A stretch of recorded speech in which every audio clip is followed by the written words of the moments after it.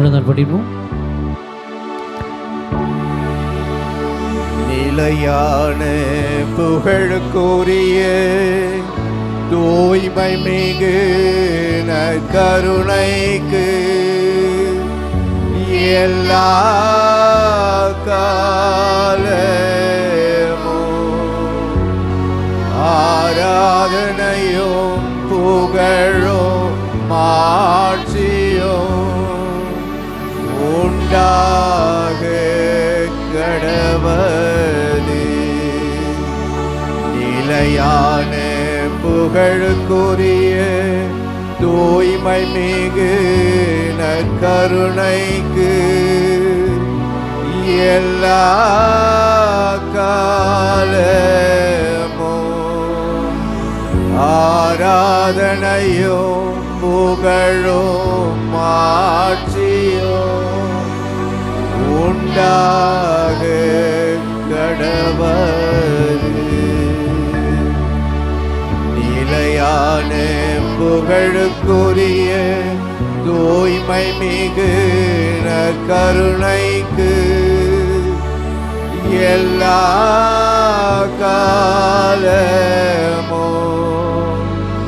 ஆராதனையும் புகழும் மாட்சியும் உண்டாக கடவது. எல்லோரும் எழுந்து நிற்போம்.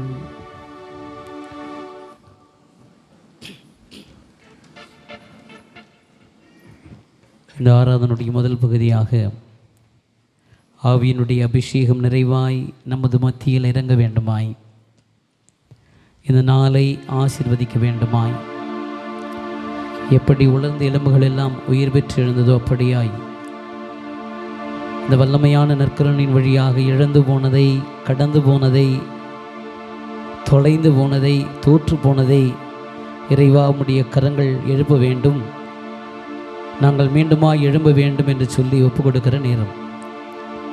கார்மேல் மலை ஜெபத்திலே ஒன்றுமே இல்லாமல் இருந்த இடம் மேகம் எழும்பி மழை பொழிந்தது போல, ஆகாவினுடைய வேண்டுதலை ஆண்டவர் கேட்டது போல நம்முடைய ஜெபங்களை கேட்கும்படியாய் ஒப்பு கொடுக்கிற நேரம்.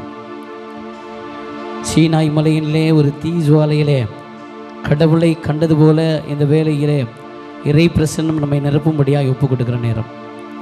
தூய ஆவி இறங்கும்படியாய், அந்த அபிஷேகம் நம்மை கடக்கும்படியாய், நம்மீது இறங்கும்படியாய் ஒப்பு கொடுக்கிற நேரம். கரங்களை தட்டி இறுதி நாள் அபிஷேகம் என்கிற பாடலை எல்லோரும் இணைந்து பாடுவோம்.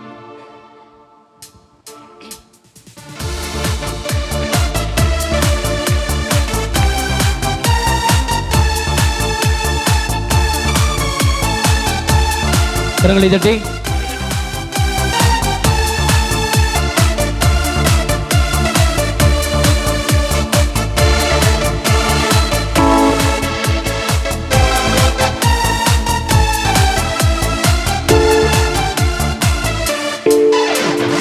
இறுதி நாள் அபிஷேகம் சகல ஜனங்கள் மேலும், அறுவடை நேரம் அல்லவோ எம் ஆத்மாவை நிரப்பனுமே.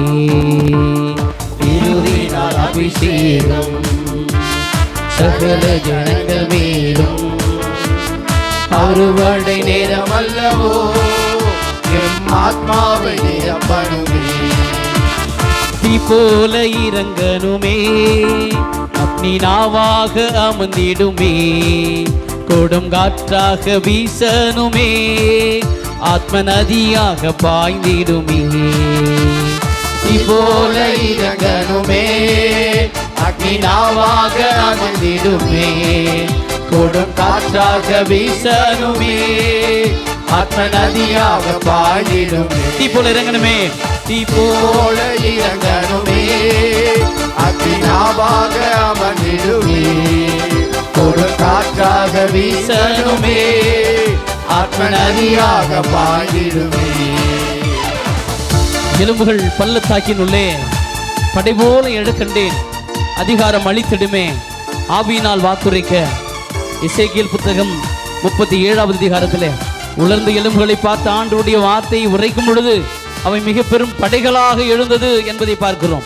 உலர்ந்து போன, காய்ந்து போன, உரு இல்லாத எலும்புகள் எல்லாம் உரு பெற்று ஒரு படை போல எழுந்தது என்பதை விவிலியம் நமக்கு சொல்லுகிறது. நாம் இழந்து போனதை, நாம் கடந்து போனதை, நாம் தோற்று போனதை, நமக்கு இல்லாமல் போனதை ஆண்டவர் வாய்க்க செய்வார். ஆண்டவருடைய கரங்களினால் அது ஆகும் என்பதை உணர்ந்து, ஆண்டவரே நம்முடைய ஆவியினால் வாக்குறையும் எனக்கு கிடைக்கட்டும் என்று சொல்லி நம்முடைய ஜெபங்களை, நம்முடைய வேண்டுதல்களை, நம்முடைய தேவைகளை ஒப்புக் கொடுக்கிற நேரம் ஒப்புக் கொடுப்போமா? கரங்களை தட்டி.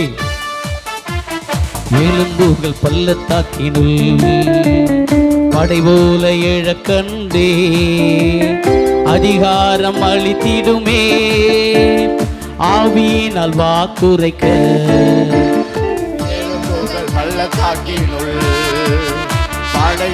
சேர்ந்து பாடுவோம்.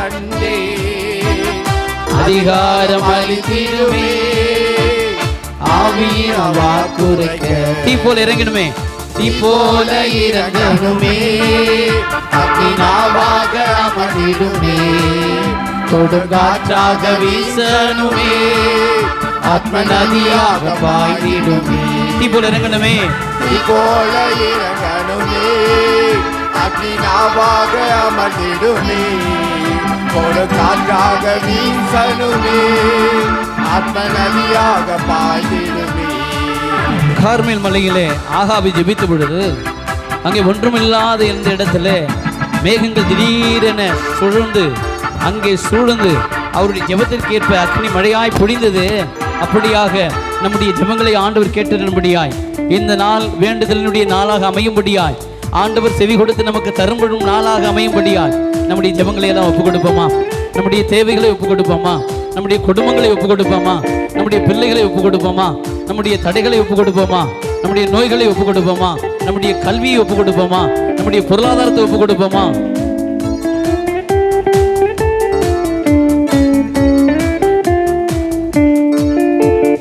கார்மேல் மலை ஜெபத்தாலே சிறு மேகத்தை எழும்பச் செய்தி, ஆகாவின் வேண்டுதல் போல் அக்னி மழையாக பொழிந்திடுமே.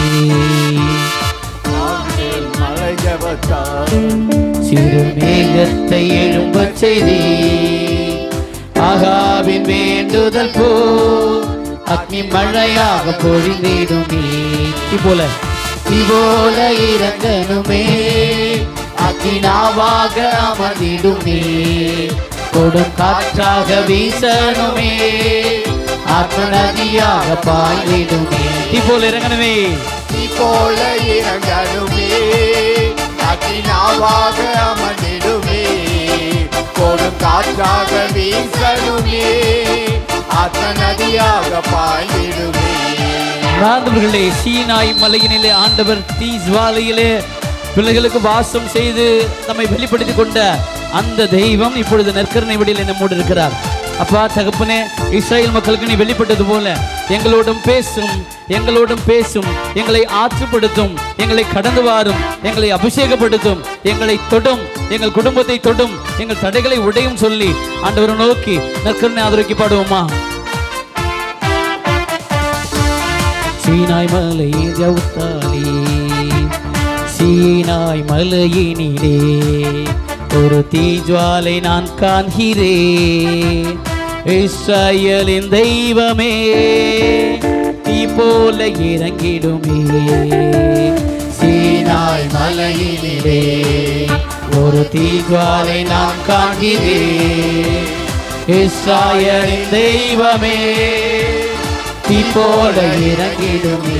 தீ போல இறங்கணுமே, தீ போல இறங்கணும். கரங்களை தட்டி ஹல்லேலூயா. அக்கினாவாக அமர்ந்திடுமே, கரங்களை தட்டி காற்றாக வீசணுமே, ஆத்ம நதியாக பாய்ந்திடுமே. தீ போல இறங்கணுமே, தீ போல இறங்கணுமே, அக்கினாவாக அமர்ந்திடுமே, கொடும் காற்றாக வீசணுமே, ஆத்ம நதியாக பாய்ந்திடுமே. தீ போல இறங்கணுமே, தீ போல இறங்கணுமே, அக்கினாவாக அமர்ந்திடுமே, கொடும் காற்றாக வீசணுமே, ஆத்ம நதியாக பாய்ந்திடுமே. தீ போல தீ போல இறங்கணுமே, அக்னிநாவாக அமர்ந்திடுமே, கொடுங்காற்றாக வீசணுமே, ஆற்ற நதியாக பாய்ந்திடுமே. எல்லோரும் கரங்களை உயர்த்தி கண்களை மூடியபடியாய் எங்கள் தாயும் தந்தையுமாய் இருக்கிற நல்ல தகப்பனே, நற்கருணை வடிவிலே எங்களோடு பிரசன்னம் செய்து கொண்டிருக்கிற கிருபைக்காய் நன்றி. உம்முடைய வல்லமை இந்த நாளிலே இறை வார்த்தைகள் மூலமாய், உம்முடைய பிரசன்னத்தின் மூலமாய், உம்முடைய தொடுதலின் மூலமாய் எங்களுக்கும் எங்கள் குடும்பத்தாருக்கும் கிடைக்க செய்வீராக. உம்முடைய பிரசன்னத்தை ஏந்தி செல்லுகிற நாங்கள் எங்கள் குடும்பத்திலே உம்முடைய அருளையும் உம்முடைய ஆற்றலையும் வெளிப்படுத்துவோமாக. இந்த நாளிலே எங்கள் குடும்பத்தினுடைய கருத்துக்களை தொடும், எங்கள் வேண்டுதல்களை தொடும், எங்கள் தடைகளை உடையும். ஜெபத்தோட கண்ணீரோடு கேட்கிற ஜெபங்கள் எல்லாம் உம்மால் கேட்கப்படட்டும் ஒப்புக் கொடுக்கிறோம் தகப்பனே. இவற்றையெல்லாம் எங்கள் ஆண்டவராகிய கிறிஸ்துவினுடைய அமை பார்த்து மன்றாடுகிறோம். ஆமென். அமர்வோம்.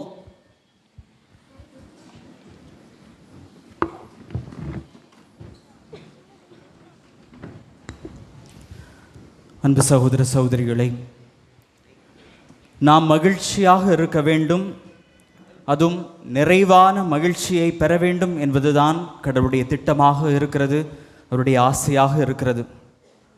நாமும் அதை தேடிதான் இந்த ஆலயத்தில் கூடியிருக்கிறோம்.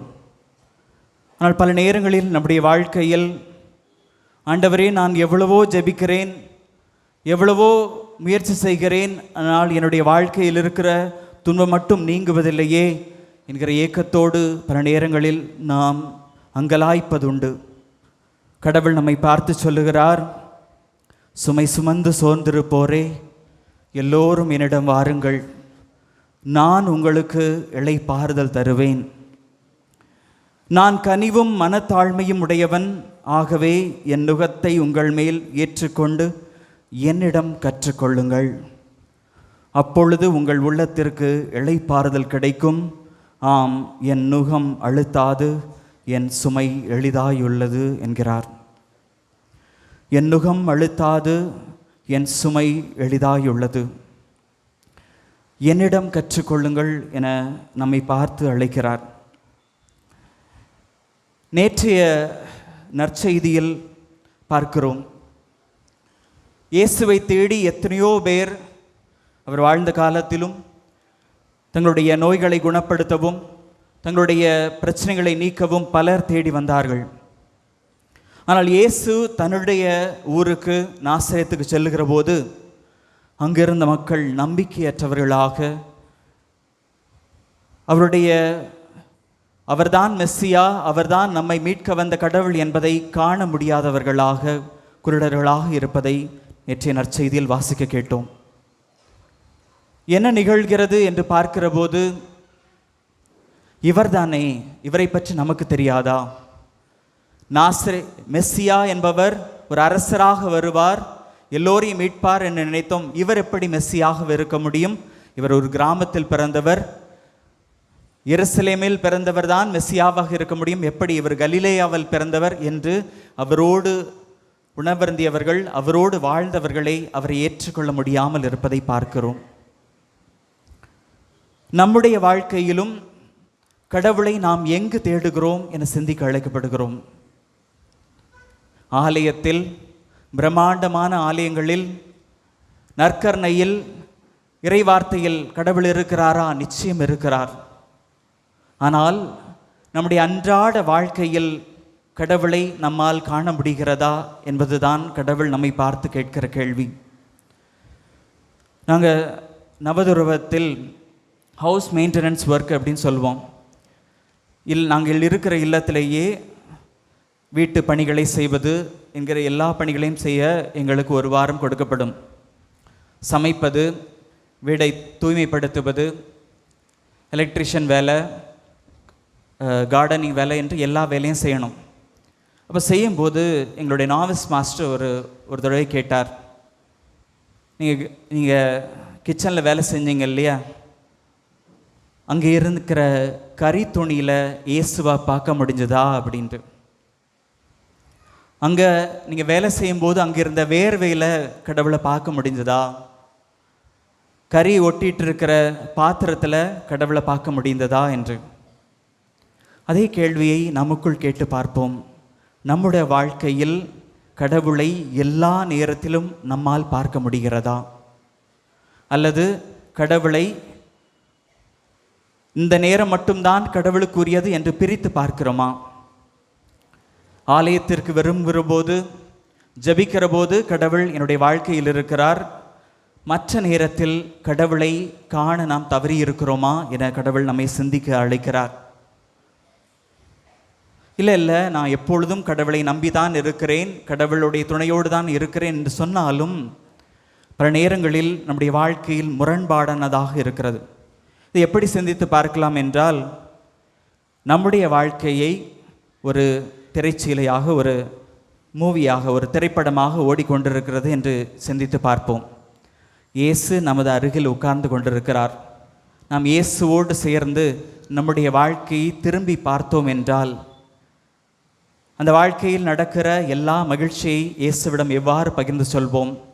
துன்பங்களை எப்படி, ஆண்டவரே இந்த இடத்துல எனக்கு ரொம்ப கஷ்டமாக இருந்துச்சு, உங்களுடைய துணையை நான் தேடிக்கொண்டிருந்தேன் என்று என்னென்ன சொல்லியிருப்போம். ஆனால் சில காட்சிகள் வருகிற போது நம்முடைய உள்ளத்தில் வெட்கம் இல்லாமல் நம்மால் இருந்திருக்க முடியுமா? ஐயையோ, இதை கடவுள் பார்க்கக்கூடாது, ஐயையோ இதை இயேசு பார்க்கக்கூடாது, அப்படி நம்முடைய வாழ்க்கையில் இருள் நிறைந்த தருணங்கள் இருக்கிறதா? அப்படி இருந்தது என்றால் நம்முடைய வாழ்க்கை முரண்பாடு நிறைந்த வாழ்க்கையாக இருக்கிறது.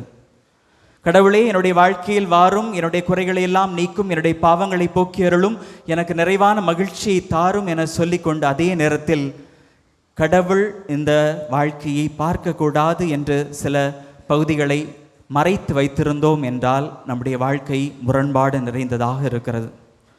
ஆன்மீக வாழ்க்கை வேறு, என்னுடைய தனிப்பட்ட வாழ்க்கை வேறு, என்னுடைய குடும்ப வாழ்க்கை வேறு, என்னுடைய சமூக வாழ்க்கை வேறு என்று பிரித்து வாழ்ந்தோம் என்றால் நம்முடைய வாழ்க்கை உண்மையிலேயே நிறைவை நோக்கியதாக, நிறைவான மகிழ்ச்சியை நோக்கியதாக இருக்க முடியாது. கடவுள் தருகிற அந்த நிறைவான மகிழ்ச்சியை பெற முடியாதவர்களாக இருக்கிறோம். கடவுள் நம்மை பார்த்து அழைக்கிறார். என்னை நீ எவ்வாறு சந்திக்க விரும்புகிறாய்? ஆலயத்தில் மட்டுமா?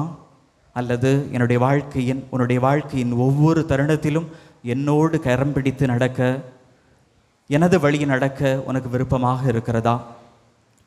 ஆசிரியர் தினத்தை கொண்டாடுகிற இந்த வேளையில் வாழ்வை கற்றுக்கொள்ள கடவுளை, இயேசுவை நம்முடைய ஆசிரியராக நம்மால் பார்க்க முடியுமா என சிந்தித்து பார்ப்போம். இயேசு நம்முடைய ஆசிரியராக இருந்தார் என்றால் அவரிடம் நாம் என்ன கற்றுக்கொள்வோம்? கடவுள் நமக்கு என்ன கற்று தருவார்? அவரை ஒரு மருத்துவராக பார்க்கிறோம். என்னுடைய நோய்களை குணப்படுத்த வேண்டும், என்னுடைய மனநோய்களை குணப்படுத்த வேண்டும் என்று வேண்டுகிறோம். அவர் ஆன்மீக குருவாக பார்க்கிறோம். ஆன்மாவை குணப்படுத்துகிற, என்னுடைய பாவத்தை மன்னிப்பவராக பார்க்கிறோம். ஆசிரியராக அவர் இருந்தால் அவர் என்னுடைய வாழ்க்கையில் என்ன செய்வார்? திருப்பாடல்கள் 25வது அதிகாரம் 4வது வசனத்திலிருந்து வாசிப்போம். திருப்பாடல்கள் 25வது அதிகாரம் 4வது வசனம். ஆண்டவரே, உன் பாதைகளை நான் அறிய செய்தருளும், உம் வழிகளை எனக்கு கற்பித்தருளும். போதும், ஒரு நிமிஷம். தாவீது கடவுளை பார்த்து வேண்டுகிறார். ஆண்டவரே, நான் என்னுடைய வாழ்க்கையை என்னுடைய விருப்பப்படி வாழ்ந்து கொண்டிருக்கிறேன், ஆனால் நான் உமக்குரியவராக வாழ வேண்டும். எனவே உம்முடைய வழியை எனக்கு கற்பித்தருளும். நீர் எனக்கு ஒரு ஆசிரியராக இருந்து என்னுடைய வாழ்க்கையை நான் எப்படி வாழ வேண்டும் என்று கற்றுத்தாரும். நிறைவோடு வாழ, மகிழ்ச்சியோடு வாழ, யாருக்கும் எந்த குறையும் இல்லாமல் நிறைவோடு வாழ்வதற்கான எனக்கு கற்றுத்தாரும் ஆண்டவரே என வேண்டுகிறார். நம்முடைய ஜெபம் அப்படிப்பட்டதாக இருக்கிறதா? தொடர்ந்து வாசிப்போம். உமது உண்மை நெறியில் என்னை நடத்தி எனக்கு கற்பித்தருளும், ஏனெனில் நீரே என் மீட்பராம் கடவுள், உம்மையே நான் நாள் முழுவதும் நம்பியிருக்கிறேன். என்னுடைய வாழ்க்கையில் கம்பார்ட்மெண்ட் கிடையாது. இந்த நேரம் கடவுளுக்கு, இந்த நேரம் எனக்கு என்று பிரித்து பார்ப்பதில்லை. என்னுடைய வாழ்க்கை முழுவதும் கடவுளுக்குரியது. ஆண்டவரே, எனக்கு உம்முடைய நேரிய வழியை, உமது உண்மை நெறியை எனக்கு கற்றுத்தாரும். அது என்ன உண்மை நெறி? உண்மை என்றால் என்ன? தொடர்ந்து அவர் பதில் சொல்வார். உண்மை என்றால் என்ன? நம்முடைய வாழ்க்கையில் பல நேரங்களில் இந்த வாழ்க்கை நிரந்தரமற்றது. ஆனால் அதில் நிலையானதாக வாழ வேண்டும், ஒரு சேஃபாக, ஒரு பாதுகாப்போடு வாழ வேண்டும் என்பதற்காக இந்த உலகம் காட்டுகிற பாதையெல்லாம் தேடிக்கொண்டே இருக்கிறோம். நிறைய பணம் இருந்தால் நிறைவாக இருக்க முடியும், நிறைய செல்வங்கள் இருந்தால் நிறைவாக இருக்க முடியும், நிறைய புகழ் இருந்தால் உன்னால் நிறைவாக இருக்க முடியும். இந்த உலகத்தின் பார்வையில் நீ இதெல்லாம் செய்தா நிறைவாக வாழ முடியும். உன்னுடைய சோஷியல் மீடியாவில் நீ இந்த இடத்துக்கெல்லாம் போனேன், டூர் போனேன், நான் மகிழ்ச்சியாக இருக்கிறேன் என்று மற்றவர்கள் முன்பாக மகிழ்ச்சியாக இருப்பதாக காட்டிக்கொண்டால் நீ நிறைவாக இருக்க முடியும். இந்த உலகம் எதையோ காட்டி கொண்டிருக்கிறது, இந்த விளம்பரங்களை செய்து கொண்டே இருக்கிறது. பல நேரங்களில் அதுதான் உண்மை என நம்பி இருக்கிறோம். ஆனால் தாவீது கேட்கிறார், ஆண்டவரே, உண்மை நெறியை எனக்கு காட்டியருளும். அந்த உண்மை நெறி என்ன? தொடர்ந்து வாசிப்போம். ஆண்டவரே, உமது இரக்கத்தையும் உமது பேரன்பையும் நினைத்தருளும், ஏனெனில் அவை தொடக்க முதல் உள்ளவையே. எது தொடக்க முதல் இருக்கிறது? இரக்கமும் பேரன்பும். கடவுளுடைய அடிப்படை பண்புகளாக இருப்பவை இந்த பேரன்பும் இரக்கும். ஏனென்றால் கடவுள் தொடக்கத்திலிருந்தே இருக்கிறார். அவருடைய இரக்க குணமும் அவருடைய பேரன்பும் அன்றிலிருந்தே இருக்கிறது, நிலையற்றதாக இருக்கிறது. அதுதான் உண்மையானது. அதை தேடிதான் நாம் வாழ வேண்டும் என நமக்கு சொல்லி தருகிறார். நாம் எதை தேடிக்கொண்டிருக்கிறோம் என்று கடவுள் நம்மை வேண்டுகிறார். பேரன்பை தேடுகிறோமா? இரக்கத்தை தேடுகிறோமா? என்னுடைய வாழ்க்கையில் நான் மகிழ்ச்சியாக இருக்க வேண்டும், ஆனால் நான் பிறரை இரக்கத்தோடு பார்க்க நான் தயாராக இருக்கிறேனா? கடவுள் நம்மை பார்த்து கேட்கிறார். தொடர்ந்து வாசிப்போம். என் இளமை பருவத்தின் பாவங்களையும் என் குற்றங்களையும் நினையாதேயும். உமது பேரின்பற்கேற்ப என்னை நினைத்தருளும், ஏனெனில் ஆண்டவரே, நீரே நல்லவர். ஆண்டவரே, நீர் நல்லவர், என் மீது மிகுந்த பேரன்பு கொண்டிருக்கிறீர், இரக்கம் கொண்டிருக்கிறீர். ஆனால் அந்த இரக்கத்தை, அந்த அன்பினை உணராமல் என்னுடைய இளமை பருவத்தில் நான் பாவத்தில் வீழ்ந்திருக்கிறேன். இந்த உலகம் காட்டுகிற பாதையில் நான் அலைந்திருக்கிறேன். நீரே உண்மை, நீரே எனக்கு மீட்பு, நீரே எனக்கு ஆற்றல் என்பதை மறந்து உம்மை விட்டு விலகி சென்றிருக்கிறேன். ஆண்டவரே, என்னை மன்னியும் என கேட்கிறார். எனக்கு புதுவாழ்வு தாரும் என கேட்கிறார். தொடர்ந்து வாசிப்போம். ஆண்டவர் நல்லவர், நேர்மையுள்ளவர், ஆகையால் அவர் பாவிகளுக்கு நல் வழியை கற்பிக்கின்றார், எளியோரை நேரிய வழியில் அவர் நடத்துகின்றார். எளியோருக்கு தமது வழியை கற்பிக்கின்றார், நேரிய வழியை கற்பிக்கின்றார் என சொல்லுகிறார். நேரிய வழி அப்படின்னா என்ன? உண்மை என்றால் என்ன? கடவுளுடைய உண்மை நிலை என்ன என்று அவர் சொல்லி தருகிறார். கடவுளுடைய உண்மை நிலை இரக்கம் மிகுந்தவராக இருப்பது, பேரன்பு மிக்கவராக இருப்பது. என்னுடைய உண்மை நிலை என்ன? நமது உண்மை நிலை என்ன? நாம் யார் என்கிற கேள்வியை நமக்குள் கேட்டு பார்ப்போம். இந்த உலகம் எனக்கு பல்வேறு பெயர்களை தருகிறது.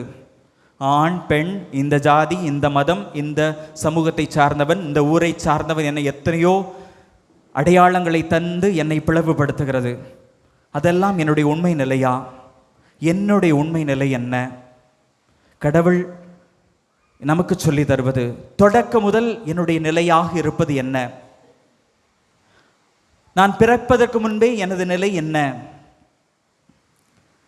நான் கடவுளின் சாயலாக படைக்கப்பட்டவன், அவரால் அன்பு செய்யப்படுகிற ஆன்மா, ஆண் பெண் இந்த ஜாதி இந்த மதம் எல்லாம் பின்பு எனக்கு தருவது, ஆனால் உண்மையாக அவரில் இருக்கிற அந்த உண்மையில் நான் யாராக இருக்கிறேன் என சொல்லுகிற போது அவரால் அன்பு செய்யப்படுகிற, அவரது சாயலால் படைக்கப்பட்டிருக்கிற மனிதனாக இருக்கிறேன், ஆன்மாவாக இருக்கிறேன். அந்த உண்மை நிலையை நான் வாழ்வாக்குவது, என்னுடைய நேரிய வாழ்வாக இருப்பது என்பது நான் கடவுளோடு கொண்ட உறவில் உண்மையாக இருக்க வேண்டும், சக மனிதர்களோடு கொண்ட உறவில் உண்மையாக இருக்க வேண்டும், அவர் படைத்த இயற்கையோடு நான் உண்மையாக இருக்க வேண்டும். கடவுளோடு உண்மையாக இருப்பது அவர் படைத்த என்னை நான் முதலில் அன்பு செய்பவனாக இருக்க வேண்டும். என்னுடைய அடையாளங்களை உலகத்தில் தேடாமல் கடவுளில் நான் தேடுகிற போது, கடவுளுக்குரியவனாக நான் வாழுகிற போது, என்னுடைய வாழ்க்கை முழுவதுமே கடவுளுக்கு நான் அர்ப்பணிக்கிறேன், என்னுடைய வாழ்க்கையில் ஒவ்வொரு தருணமும் அவருக்குரிய வாழ்வாக இருக்க வேண்டும், அவரது வழியில் நான் நடக்க வேண்டும் என்று என்னை நானே முழுமையாக அர்ப்பணிக்கிற போது நான் உண்மையான வாழ்க்கை வாழுகிறேன். சக மனிதர்களை அன்பு செய்கிற போது, கடவுளை அன்பு செய்கிறேன் என சொல்லிக்கொண்டு பொறாமையும் ஏற்றத்தாழ்வுகளை ஏற்றுக்கொண்டும் சக மனிதர்களை ஏற்றுக்கொள்ள முடியாமல், குடும்பத்தில் இருக்கிற மனிதர்களை ஏற்றுக்கொள்ள முடியாமல் பொறாமையிலும் வெறுப்போடும் நான் வாழுகிற போது உண்மையற்ற வாழ்க்கையை வாழுகிறேன். கடவுளை அன்பு செய்கிறேன் என சொல்லுகிறேன், ஆனால் அவர் படைத்த மனிதர்களை அன்பு செய்ய முடியாதவராக இருக்கிறேன். சிந்தித்து பார்ப்போம், நம்முடைய வாழ்க்கை எத்தனை பிளவுகளோடு எத்தனை முரண்பாடுகளோடு வாழுகிறோம். உண்மையாக வாழுகிறோமா? உண்மைக்குரிய வாழ்க்கை வாழுகிறோமா? குடிநோயால் பாதிக்கப்பட்டவர்கள் எத்தனை பேர் நம்மோடு இருக்கிறார்கள்? நம்முடைய உடலை கடவுள் வாழுகிற இல்லமாக பேணாமல் சாத்தானுடைய கூடாரமாக மாற்றியிருக்கிற, குடிநோயில் பாதிக்கப்பட்டிருக்கிற நம்முடைய உடலை பேண மறந்த தருணங்களை நினைத்து பார்ப்போம். இரவு முழுவதும் செல்போனில் இருந்துட்டு சரியான தூக்கம் இல்லாமல் நம்முடைய உடலை கெடுத்த தருணங்கள் நாம் கடவுளுக்கு எதிராக செய்கிற பாவமாக இருக்கிறது, முரண்பாடான வாழ்க்கையாக இருக்கிறது. கடவுளில் நமக்கு கற்றுத்தருக்கிறார் நிறைவான வாழ்வு என்பது உண்மையான வாழ்வு. நான் எப்படி என்னுடைய உண்மைக்கு ஏற்றபடி உன்னோடு இரக்கத்தோடு உன் மீது அன்பு கொண்டு உன்னை தேடி வந்திருக்கிறேனோ, அதே போல உனது உண்மை நிலை என்னோடு வாழ்வது, என்னை தேடி வா, எனக்குரிய வாழ்க்கையை வாழ் என கற்றுத்தருகிறார். தொடர்ந்து வாசிப்போம். ஆண்டவரது உடன்படிக்கையையும் ஒழுங்குமுறையையும் கடைபிடிப்போருக்கு அவரது பாதைகளையெல்லாம் பேரன்பும் உண்மையும் உள்ளனவாய் விளங்கும். நாம் எப்போது கடவுளுடைய உடன்படிக்கையை பின்பற்றுகிறோமோ, அவரது வழிமுறையை படி வாழுகிறோமோ, அப்போது நமது பாதைகளிலெல்லாம் பேரன்பும் உண்மையும் நிலவியிருக்கும். பேரன்பும் உண்மையும் யாரிடம் இருப்பது? கடவுளிடம் இருப்பது. அப்போ நாம் கடவுளுடைய உடன்படிக்கையின்படி வாழுகிற போது, கடவுளை நேசிக்கிற போது, சக மனிதர்களை நேசித்து உண்மையோடு வாழ்கிற போது கடவுள் நம்மோடு வாழ்கிறார். அவருடைய உண்மை நமக்குள் இருக்கிறது, அவருடைய பேரன்பு நமக்குள் இருக்கும், அவருடைய இரக்கம் நமக்குள் இருக்கும். நாம் கடவுளுக்குரியவர்களாக அவருடைய ஆன்மாவை பெற்றவர்களாக, அவருடைய ஆவியை பெற்றவர்களாக, அவரது இமேஜ் அண்ட் லைக்னஸ், அவரை போலவே வாழ்பவர்களாக மாறுகிறோம். தொடர்ந்து வாசிப்போம்.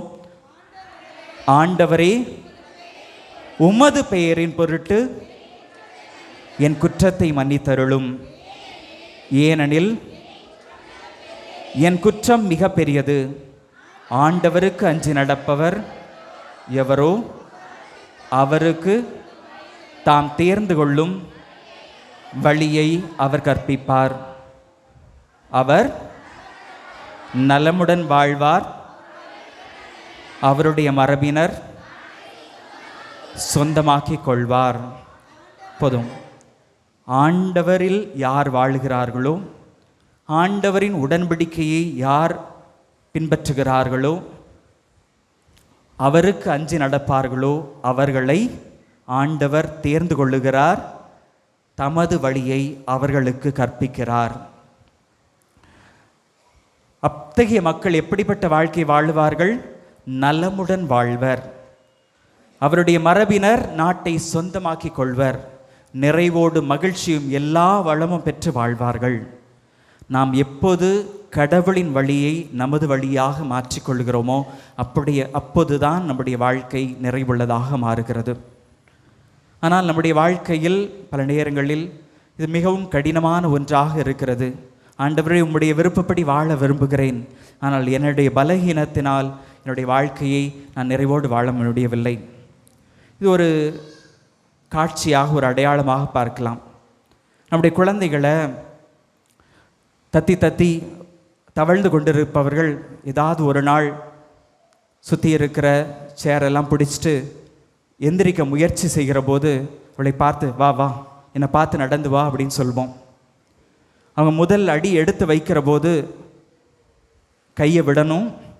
ஆனால் எங்கள் அப்பா என் பக்கத்தில் இருக்கிறாங்க, எங்கள் அம்மா என் பக்கத்தில் இருக்கிறாங்க என்கிற நம்பிக்கை வருகிற போது தான் அந்த கையை விட்டுட்டு அந்த குழந்தை முதல் அடியை எடுத்து வைப்போம். அதுதான் நம்ம எல்லாருடைய இயற்கையாக நம்முடைய முதல் வளர்ச்சியாக இருந்திருக்கும். கடவுளுடைய பாதையில் செல்லுகிற போதும் நம்முடைய முயற்சியால் பல நேரங்களில் அது முடியாத ஒன்றாக இருக்கிறது. ஆனால் எங்கள் அப்பா என் கூட இருக்கிறாரு, என் கடவுள் என்னோடு இருக்கிறார், அவர் என்னுடைய பார்த்து கொள்வார், அவர் என்னோடு இருக்கிற போது என்னால் அவருடைய வழியில் நடக்க முடியும் என்கிற நம்பிக்கையோடு நாம் முதலடியை எடுத்து வைக்கிற போது அவர் நம்மை தாங்கி நம்மை வழி நடத்துவார். குழந்தை தெரசம்மாள் சொல்லுவார்கள், இந்த புனிதர்களை எல்லாம் பார்க்கிறேன், அவர்களெல்லாம் எத்தகைய மேன்மையான வாழ்க்கையெல்லாம் வாழ்ந்திருக்கிறார்கள். அவிலா தெரசாவை பார்க்கிறேன், சவேரியாரை பார்க்கிறேன், இவரெல்லாம் ஒரு மலையில் ஏறுவது போல கடவுளை நோக்கி ஒரு உயர்ந்த வாழ்க்கையை வாழ்ந்திருக்கிறார்கள். நான் ஒரு சிறு பிள்ளை, என்னால் எப்படி முடியும்? எத்தனையோ விஷயங்கள் என்னை அடிமைப்படுத்துகிறது, நான் பலகீனமானவராக இருக்கிறேன். ஆனால் ஒன்று மட்டும் நான் செய்வேன், என்னுடைய கரத்தை உயர்த்தி கொண்டு அப்பா என்னை தூக்கிக்கோங்க அப்படின்னு சொல்வேன். என் ஆண்டவர் என்னை தூக்கி அவரது மடியில் வைத்து கொள்வார், நான் அவரது கரத்தில் இந்த பயணத்தை மேற்கொள்வேன், அவர் என்னை அந்த புனித வாழ்வுக்கு எடுத்து செல்வார். இந்த ஜெபம் நம்முடைய ஜெபமாக மாறட்டும். ஆண்டவரே, எனக்கு கற்றுத்தாரும், பலகீனமானவராக இருக்கிறேன், எத்தனையோ விஷயத்துக்கு அடிமைப்பட்டிருக்கிறேன், குடிப்பழக்கம், போதைப் பொருள் என எத்தனையோ விஷயங்கள் எனக்கு அடிமைப்படுத்துகிறது, சமூக ஊடகங்களுக்கு அடிமையாக இருக்கிறேன், செல்வத்திற்கு அடிமையாக இருக்கிறேன், பெருமைகளுக்கு அடிமையாக இருக்கிறேன், என்னை சுற்றி வாழுகிற மக்களோடு ஒரு ஒற்றுமையோடு வாழ முடியவில்லை, என்னுடைய சகோதரரோடு என்னால் ஒற்றுமையோடு வாழ முடியவில்லை, அவர்களை மன்னித்து ஏற்றுக்கொள்ள முடியவில்லை, என்னுடைய பெற்றோரோடு ஒற்றுமையோடு வாழ முடியவில்லை, பலகீனத்தோடு வாழுகிறேன். ஆண்டவரே, என்னை நிரப்பும், எனக்கு கற்றுத்தாரும். நான் இப்படியே வாழ்ந்துடலாம் என்று நினைத்தோம் என்றால் நம்முடைய உலக வாழ்க்கை, நம்முடைய குடும்ப வாழ்க்கை நிறைவில்லாத இருக்கிற போது கடவுளோடு கொண்ட ஆன்மீக வாழ்வு நிறைவேற்றதாக இருக்கிறது. கடவுளோடு கொண்ட உறவு, மனித வாழ்க்கை நிறைவேற்றதாக இருக்கிற போது நமது உடல் நோய்கள் பெருகி கொண்டே இருக்கின்றன. நம்முடைய ஆன்மாவும் நம்முடைய உடலும் நம்முடைய மனமும் எப்பொழுது நிறைவோடு ஒற்றுமையோடு இருக்கிற போது, ஒன்றித்து இருக்கிற போது தான் நாம் தேடுகின்ற நிலை வாழ்வு, நிறைவான மகிழ்ச்சி கிடைக்க முடியும். அது கடவுள் மட்டுமே தர முடியும். அந்த நம்பிக்கையோடு நம்முடைய அப்பாவை நோக்கி இந்த பாடலை பாடுவோம்.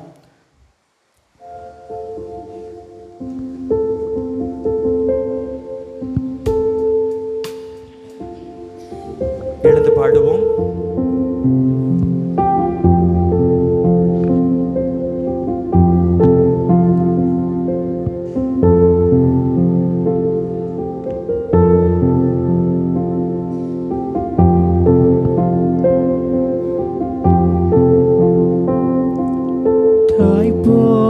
தேற்றி தந்தை போல ஆற்றி தோள் மீது சுமந்திடும் என் ஏசையா, தாய் போல தேற்றி தந்தை போல ஆற்றி தோள் மீது சுமந்திடும் என் ஏசையா, உம்மை போல புரிந்து கொள்ள யாரும் இல்லையே, உம்மை போல அரவணைக்க யாரும் இல்லையே, உம்மை போல புரிந்து கொள்ள யாரும் இல்லையே, உம்மை போல அரவணைக்க யாரும்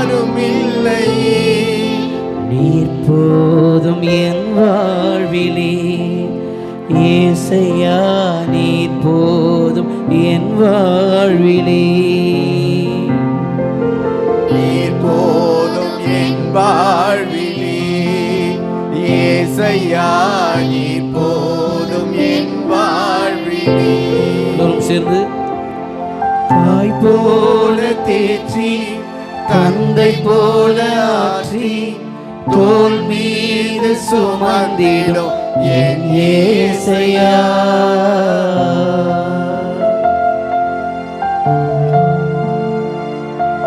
மலை போல துன்பம் நம்மை சூழும்போது கூட அது எப்படி பனி கரைகிறதோ உருகுகிறதோ அப்படியாய் பெரிய துன்பமானாலும் கடவுள் பனி போல உருக செய்கிற தெய்வம் நம்மோடு இருக்கிறார். ஒப்பு கொடுத்து ஜெபிப்போம்.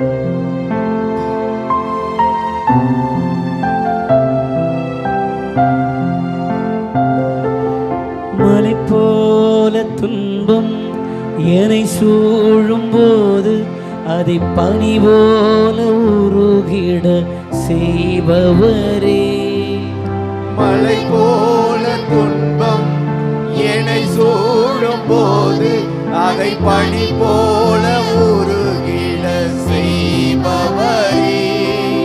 கண்மணி போல் என்னை காப்பவரே, உள்ளங்கையில் பொறிந்தென்னை நினைப்பவரே. கண்மணி போல் என்னை காப்பவரே, உள்ளங்கையில் பொறிந்தென்னை எல்லோரும் கரங்களை உயர்த்தி நினைப்பவரே. ஆண்டவருக்கு கரங்களை உயர்த்தி நீர் போதும் என் வாழ்விலே, ஏசையா நீர் போதும் என் வாழ்விலே. மீண்டும் நீர் போதும். நீர் போதும் என் வாழ்விலே, ஏசையா நீர் போதும் என் வாழ்விலே. பலவீன நேரம் என் கிருபை உனக்கு போதும், என் பலவீனத்தில் பலன் தருவேன் என்றீ. பலவீன நேரம் என் கிருபை உனக்கு போதும், உன் பலவீனத்தில் பலன் தருவேன் என்றீ. நிழல் போல என் வாழ்வில் வருபவரே, விலகாமல் துணை நின்று காப்பவரே. நிழல் போல என் வாழ்வில் வருபவரே, விலகாமல் துணை நின்று கரங்களை உயர்த்தி காப்பவரே. நீர் போதும் என் வாழ்விலே, ஏசையா நீர் போதும் என் வாழ்விலே. சேர்ந்து பாடுவோம். நீர் போதும் என் வாழ்விலே, ஏசையா நீர் போதும் என் வாழ்விலே. மீண்டும் பாடுவோம். நீர் போதும் என் வாழ்விலே, ஏசையா நீர் போதும் என் வாழ்விலே. நம் ஆண்டவர் உண்மையானவர், இரக்கம் மிகுந்தவர். நிறைவான வாழ்வு வாழ கற்றுத்தாருங்கள் என்று அவரை நோக்கி ஜெபிப்போம். ஆண்டவரே, என்னுடைய வாழ்க்கையை நான் உண்மையோடு வாழ முடியாமல் எத்தனையோ விஷயங்கள் எனக்கு தடையாக இருக்கின்றன. என்னுடைய வாழ்க்கையில், என்னுடைய குடும்பத்தில் இருக்கிற பிளவுகள், எனக்குள் இருக்கிற மனப்போராட்டங்கள், வேலையற்ற நிலை, என்னுடைய உடலில் இருக்கிற நோய்கள் என எத்தனையோ விஷயங்கள் எனக்கு தடையாக இருக்கின்றன. நிறைவு கிடைக்காதா, இதில் தீர்வு கிடைக்காதா என எத்தனையோ இடங்களை தேடி அலைந்து கொண்டிருக்கிறேன். ஆண்டவரே, என்னால் உண்மையாக வாழ முடியாமல் தவிக்கிறேன். ஆமென். பாவத்தில் விழுந்து கிடக்கிறேன். ஆண்டவரே, எனக்கு கற்றுத்தாரும் ஆண்டவரே, கற்றுத்தாரும் ஆண்டவரே, என்னை வழி நடத்தும் ஆண்டவரே, வழி நடத்தும் உண்மையான வழி என்ன என்று எனக்கு கற்றுத்தாரும் ஆண்டவரே, கற்றுத்தாரும் தெய்வமே, உமக்குரிய பிள்ளையாக வாழ எனக்கு சொல்லி தாருங்க ஆண்டவரே, சொல்லி தரும் ஆண்டவரே. ஆண்டவரே, உமது இரக்கம் என்ன, உமது கனிவு என்ன என்பதை நான் உணர எனக்கு சொல்லி தாருங்க ஆண்டவரே. ஆமென். நான் மற்றவர்களோடு இரக்கத்தோடு பழகவும் மற்றவரை மன்னித்து ஏற்றுக்கொள்ளவும் எனக்கு சொல்லி தாருங்கள் ஆண்டவரே. ஆமென். உம்முடைய சீடனுக்குரிய வாழ்க்கை வாழ, உம்முடைய பிள்ளைகளுக்குரிய வாழ்க்கை வாழ எனக்கு கற்று தாருங்கள் ஆண்டவரே. ஒரு குழந்தைக்கு ஒரு ஆசிரியர் எவ்வாறு பொறுமையாக சொல்லி தருவாரோ அப்படி எனக்கு சொல்லி தாங்க ஆண்டவரே. பல பயங்கள் எனக்குள் இருக்கிறது. நாளைக்கு நான் என்ன செய்வேன், இந்த நிச்சயமற்ற நிலைகளை எல்லாம் நான் எப்படி சந்திக்க போகிறேன், என்னால் எப்படி முடியும் என்று எத்தனையோ விஷயங்கள் நான் பயந்து கொண்டிருக்கிறேன். ஆண்டவரே எனக்கு சொல்லி தாருங்க ஆண்டவரே. நீங்கள் என் கூட இருக்கிறீங்க, என்னை சொல்லி தாருங்க ஆண்டவரே. என்னுடைய கைகளை பிடித்து என்னை வழிநடத்துங்கள் ஆண்டவரே. என்னை தொடர்ந்து ஜெபிப்போம் ஆண்டவரே. என்னை குணப்படுத்துங்க, என்னுடைய நோய்களை குணப்படுத்துங்க, எனது உள்ளத்தில் இருக்கிற குறைபாடுகளை குணப்படுத்துங்க, என்னுடைய வாழ்க்கையை குணப்படுத்துங்க. தூய்மையான வாழ்க்கை வாழ எனக்கு கற்றுத்தாருங்க ஆண்டவரே. உம்மை போல வாழ எனக்கு கற்றுத்தாருங்கள் ஆண்டவரே. உமக்குரிய சாட்சிய வாழ்க்கை வாழ எனக்கு கற்றுத்தாருங்கள் ஆண்டவரே. ஆண்டவரே என்னை குணப்படுத்துங்க. எல்லோரும் முழுநாள் படிட்டு போமா. ஆண்டவரே என்னை குணப்படுத்துங்க. குணப்படுத்தும் தெய்வமே, உமது கரத்தால் என்னை தொட்டு குணப்படுத்துங்க. என்னுடைய வாழ்க்கை முழுவதும் உமது கரத்தில் ஒப்படைக்கிறேன் ஆண்டவரே. எதுவுமே எனக்கென்று நான் வைத்துக் கொள்ள விரும்பவில்லை. என்னுடைய வாழ்க்கை முழுவதும் உமக்குரியது. என்னுடைய வாழ்க்கையில் எதையும் நான் மறைக்க விரும்பவில்லை ஆண்டவரே. உமது கரத்தில் நான் ஒப்படைக்கிறேன். என்னுடைய வாழ்க்கையை தொட்டு குணப்படுத்துங்கள் ஆண்டவரே. குணமளிப்பவரே, குணமளிப்பவரே, என்னை குணப்படுத்தும்.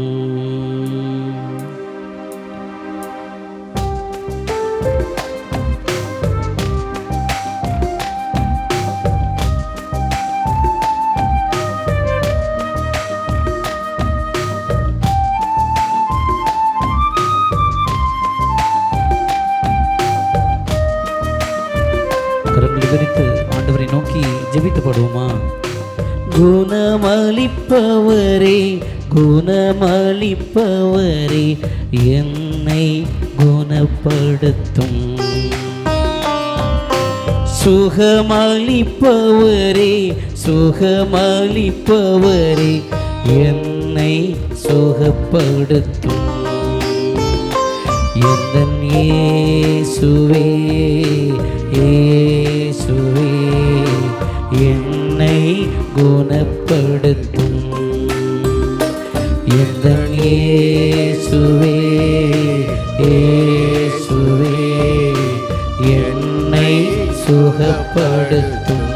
எல்லோரும் சேர்ந்து குணமளிப்பவரே, குணமளிப்பவரே, குணமளிப்பவரே, என்னை குணப்படுத்தும். சுகமளிப்பவரே, சுகமளிப்பவரே, சுகமளிப்பவரே, என்னை சுகப்படுத்தும்.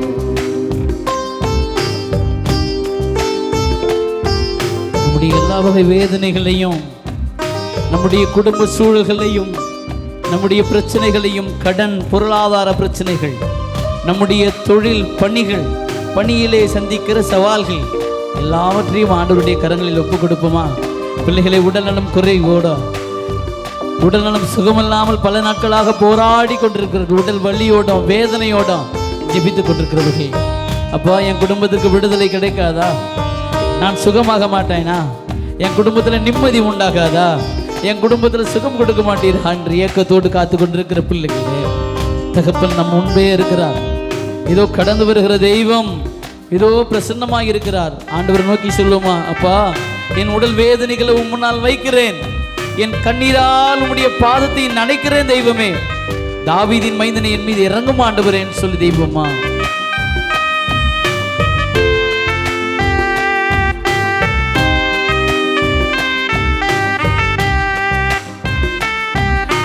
என் உடல் வேதனைகள் உம் முன்னால் வைத்தேனையா, எந்தன் கண்ணீரினால் உந்தன் பாதம் நனைத்தேனையா. படுவோமா. என்னுடல் வேதனைகள் உன்னால் வைத்தேனையா,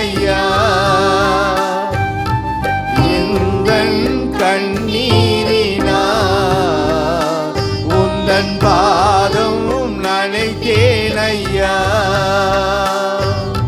தாவீதின் மைந்தனே மனமிரங்கும் ஐயா, உயிருள்ள தேவனே உயிர் தாரும் ஐயா. தாவீதின் மைந்தனே, எல்லோரும் சேர்ந்து கரங்களை உயர்த்தி மனமிரங்கும் ஐயா, உயிருள்ள தேவனே உயிர் தாரும் ஐயா.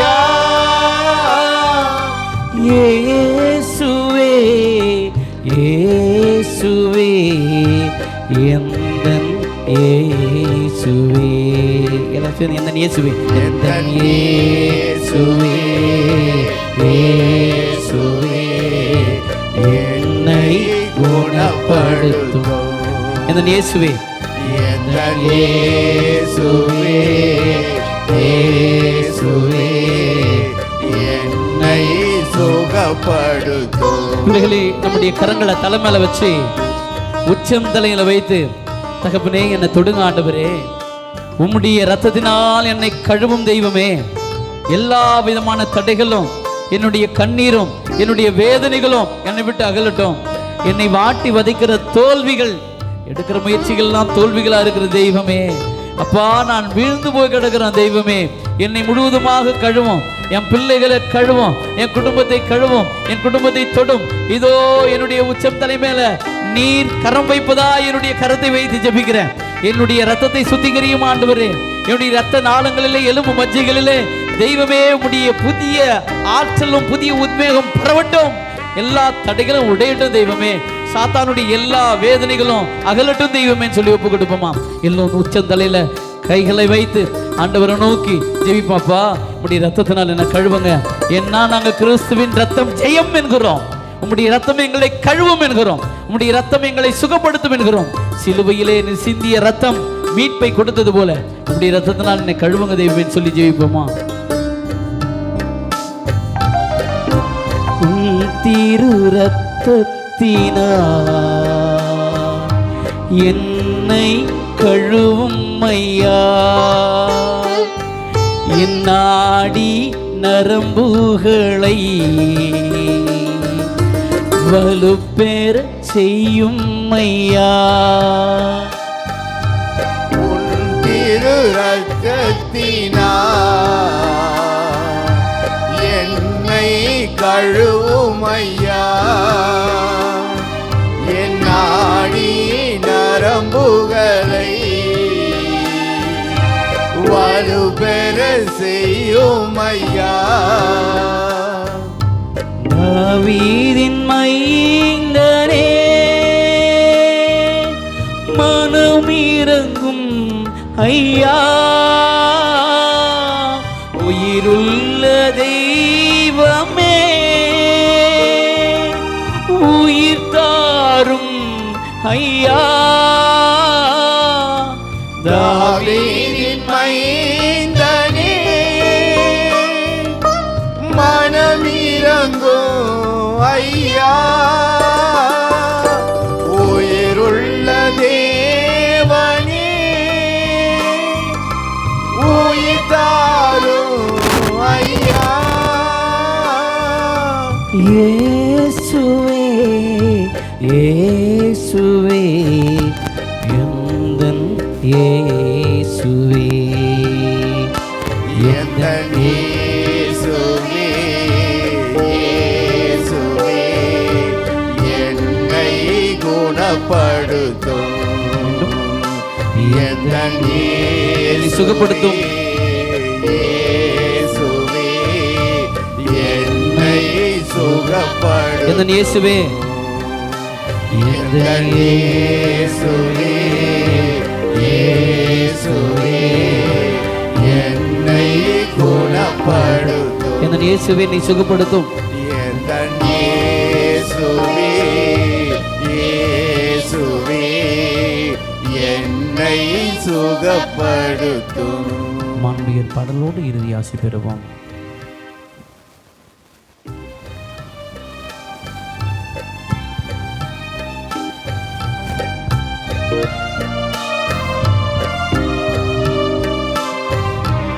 ஆண்டோய இவன் தாழ்ந்து பணிந்து ஆராதிப்போம். பழைய நியம முறைகள் அனைத்தும் இனி மறைந்து முடிவு பெறுக. புதிய நியம முறைகள் வருக. புலங்களாலே மனிதன் இதனை அறியலாம். முறையை நீக்க விசுவாசத்தின் உதவி பெறுக.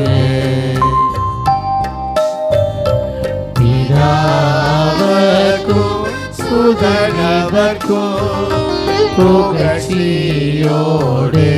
வெற்றியாகும். மேற்பெரும் பெருமை மகிமையோடு வலிமை வாழ்வு யாவுமாக இருவரிடமாய் வருகின்றவராம் தூய ஆவியானவர்க்கும் அளவில்லாத சம புகழ்ச்சி என்றுமே உண்டாகுக.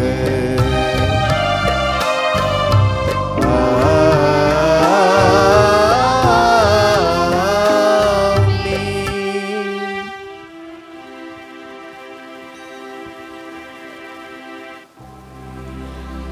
மன்றாடுவோமாக.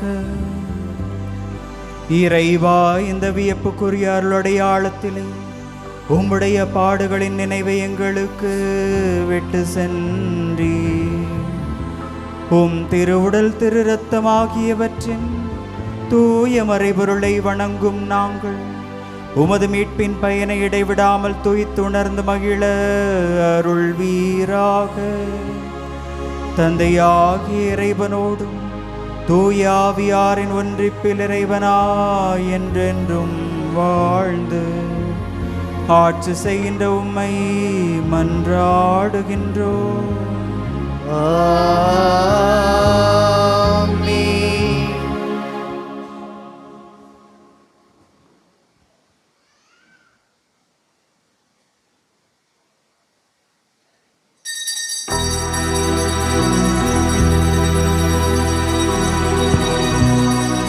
உம்மை அல்லாமல் எனக்கு யாருண்டு? உம்மை அல்லாமல் எனக்கு யாருண்டு? உம்மை அல்லாமல் எனக்கு யாருண்டு? உம்மை அல்லாமல் எனக்கு யாருண்டு? கரங்களை உயர்த்தி என் இயேசையா நீதானையா, என் இயேசையா, ஹல்லேலூயா. எல்லாம் வல்ல இறைவன் தந்தை மகன் தூய ஆவியார் உங்கள் அனைவரையும் ஆசீர்வதிப்பாராக. எழுந்து நிற்போம்.